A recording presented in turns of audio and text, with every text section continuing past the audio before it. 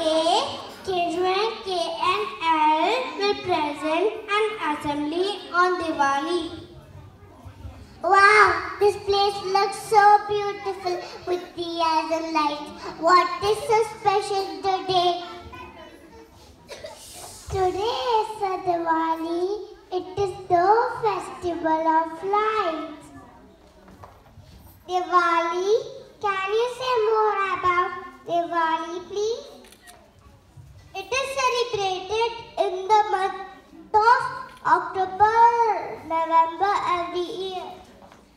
People wear new clothes and eat sweets. They clean their homes and decorate them by lighting lamps and making rangoli. They burst firecrackers too, but my parents said we should reduce bursting firecrackers as it pollutes the environment. Yes, it can be unsafe too. So let's enjoy by meeting family and friends and exchanging gifts. This festival is all about spreading love, joy and happiness.